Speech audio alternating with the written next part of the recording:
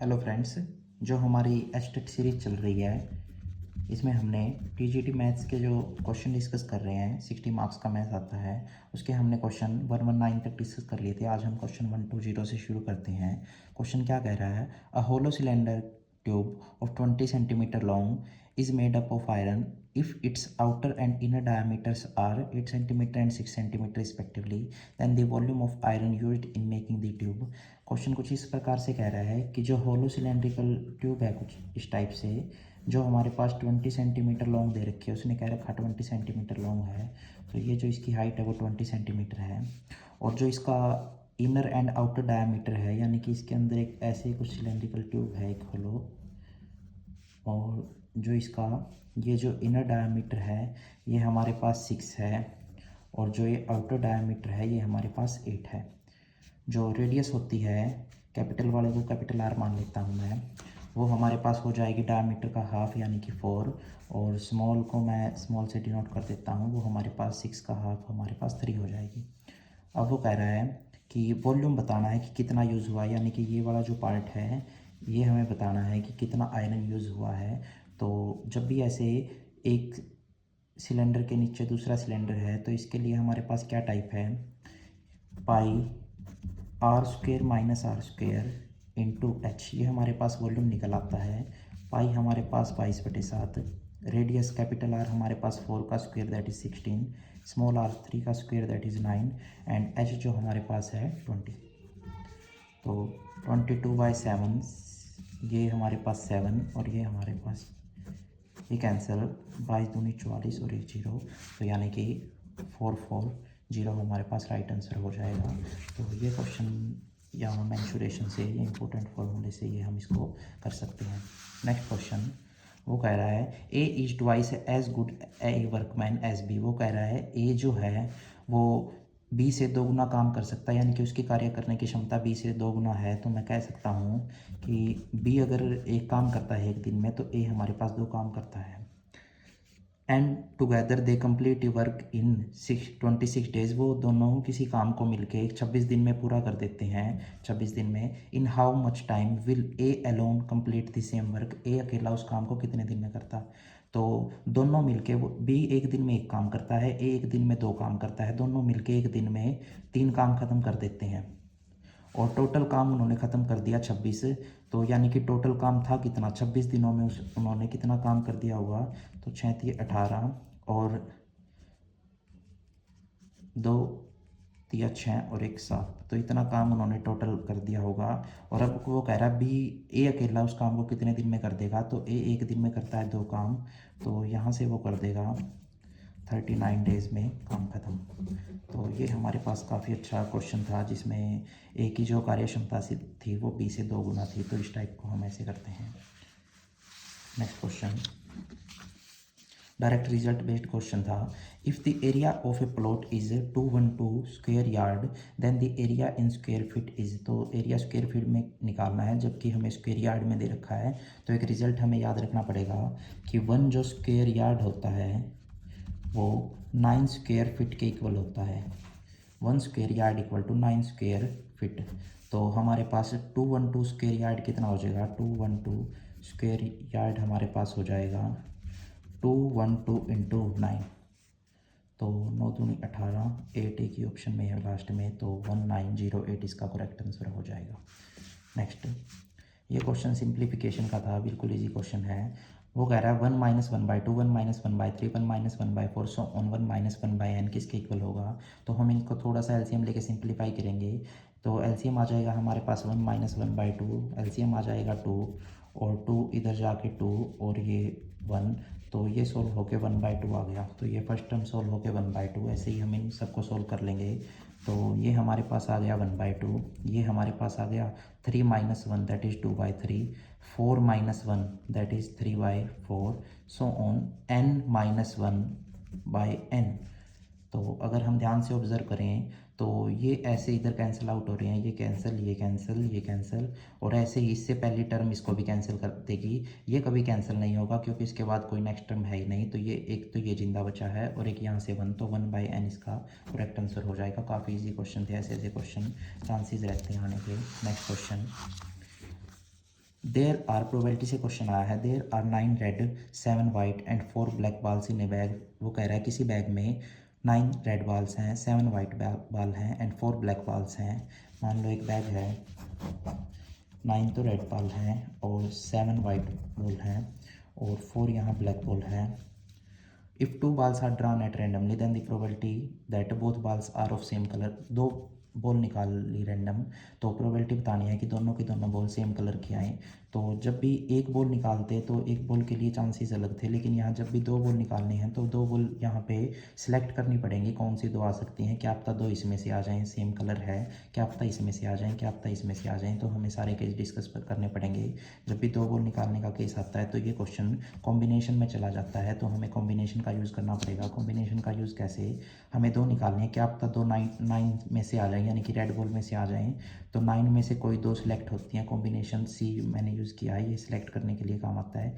या फिर 7 में से कोई दो सिलेक्ट हो सकती हैं, या फिर 4 में से कोई दो सिलेक्ट हो सकती हैं। इनमें से कोई या तो ये केस बन सकता है या ये। और नीचे टोटल हमारे पास 9 + 7 + 4 हो गई हैं 16 और 4 20। तो 20 में से कोई दो आएंगी, क्योंकि प्रोबेबिलिटी हमारे पास क्या होती है, number of favourable outcome divide by total number of outcome.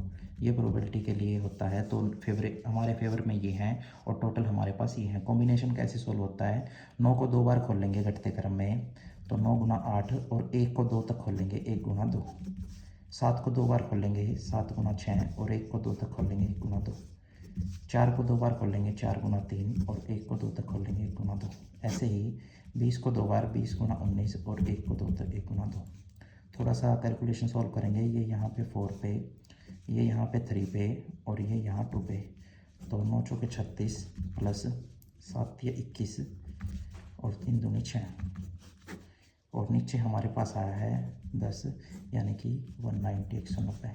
इनका सम अगर करते हैं हम, 6 और 1 7 8 13 और ये 6, तो 1 हमारे पास 6 डिवाइड बाय 190। तो थर्ड ऑप्शन यहाँ करेक्ट हो जाएगा। काफ़ी इजी क्वेश्चन है प्रोबेबिलिटी का। ये हमने कॉम्बिनेशन क्यों यूज़ किया है, क्योंकि यहाँ 2 बॉल सेलेक्ट करनी थी। अब दो या तो इनसे आ सकती हैं, इनसे सारे केस डिस्कस करने पड़ेंगे और डिवाइड बाय टोटल।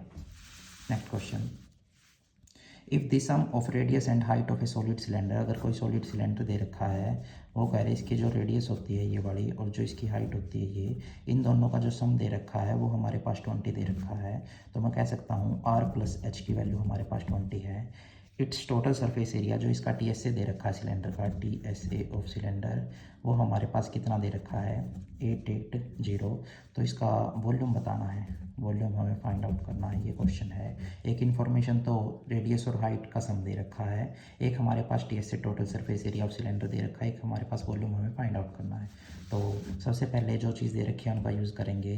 तो TSA ऑफ सिलेंडर क्या होता है, 2πr × r + h। ये हमारे पास 880 दे रखा है और मेरे पास r + h की वैल्यू भी दे रखी है और पाई की वैल्यू मेरे को पता है। तो 2 × पाई की वैल्यू 22/7, r मेरे को पता नहीं और r + h मेरे पास 20 है, तो 20 = 880। ये 0 से 0 कैंसिल, 22 दूनी 44 से ये 88 2 पे, 2 से 2 भी कैंसिल, तो ये डिवाइड में उस तरफ जाके मल्टीप्लाई में, r = 1 × 7 7। तो रेडियस हमारे पास 7 आ गई। अगर मैं हाइट निकालूँ 7 + h = 20, तो h मेरे पास 13 आ गई। हाइट भी आ गई, रेडियस भी आ गई। अब मैं वॉल्यूम निकाल सकता हूँ, πr² h, तो 22/7, रेडियस 7 × 7 स्क्वेयर है तो, और हाइट मेरे पास 13। तो ये यहाँ 7 से 22 + 154 × 13, तो 13 चौके 52, 2 13 × 5 = 65, 65 और 5 70 और 13 × 13 और 7 20, तो 2002। तो थर्ड ऑप्शन यहाँ करेक्ट हो जाएगा। बिल्कुल इजी मेंशुरेशन से क्वेश्चन था। अगर आपको फॉर्मूले याद हैं टोटल सरफेस एरिया और वॉल्यूम के, तो आप इजीली इसको कर सकते थे। नेक्स्ट क्वेश्चन करते हैं। नेक्स्ट क्वेश्चन हमारा पेडागोजी का क्वेश्चन है, या फिर कौन सा साइकोलॉजी से आराम से क्वेश्चन हो सकता है ये, क्योंकि फॉर्मूला होता है हमारे पास IQ का। वो क्या है, उसने क्या रखा, मेंटल एज है जो किसी भी चाइल्ड की वो 6 दे रखी है, क्रॉनिकल एज उसकी वास्तविक आयु है जो वो 5 दे रखी है, तो उसका आईक्यू बताना है इंटेलिजेंट क्वोशिएंट। तो हमारे पास आईक्यू का फॉर्मूला है mental age divide by chronicle age into में 100। ये क्वेश्चन ऐसे भी आ सकता है कि ये फॉर्मूला किसने दिया था, ये मल्टीप्लाई बाय 100 किसने लगाया था। तो इनको भी आप पेडागोजी में अच्छे से पढ़ते हो। तो मेंटल एज कहाँ दे रखी है 6, क्रॉनिकल एज मेंटल एज यानी कि उसकी दिमागी आयु कितनी है 6, और उसकी क्रॉनिकल और उसकी वास्तविक आयु है 5। तो उसका आईक्यू हमें फाइंड आउट करना है। ये फॉर्मूले में सारी वैल्यू रखने के बाद 5 से ये 20 पे 6 2 जा 12, तो ये 120 उसका आईक्यू आ गया, यानी कि उसका जो आईक्यू है वो एवरेज से अबव है, क्योंकि आईक्यू एवरेज की हमारे पास रेंज होती है 90 to 110। Next, a watch was sold at A profit of 20%। एक वॉच है जो किसी 20% प्रॉफिट पे हमने सोल्ड कर दिया, उसको बेच दिया। तो यानी कि अगर उस पर सीपी उसका 100 था तो 20% प्रॉफिट यानी कि 120 पे बेच दिया। अब वो कह रहा है if it has been sold for ₹400 less, अगर उसको 400 कम में बेचा जाता तो there would have been a loss of 20%, तो उसको 20% का लॉस होता। तो यानी कि 100 की चीज़ 20% के लॉस से 80 में बेची जाती। तो ये जो डिफरेंस है ये हमारे पास कितना है, ये हमारे पास 40 है।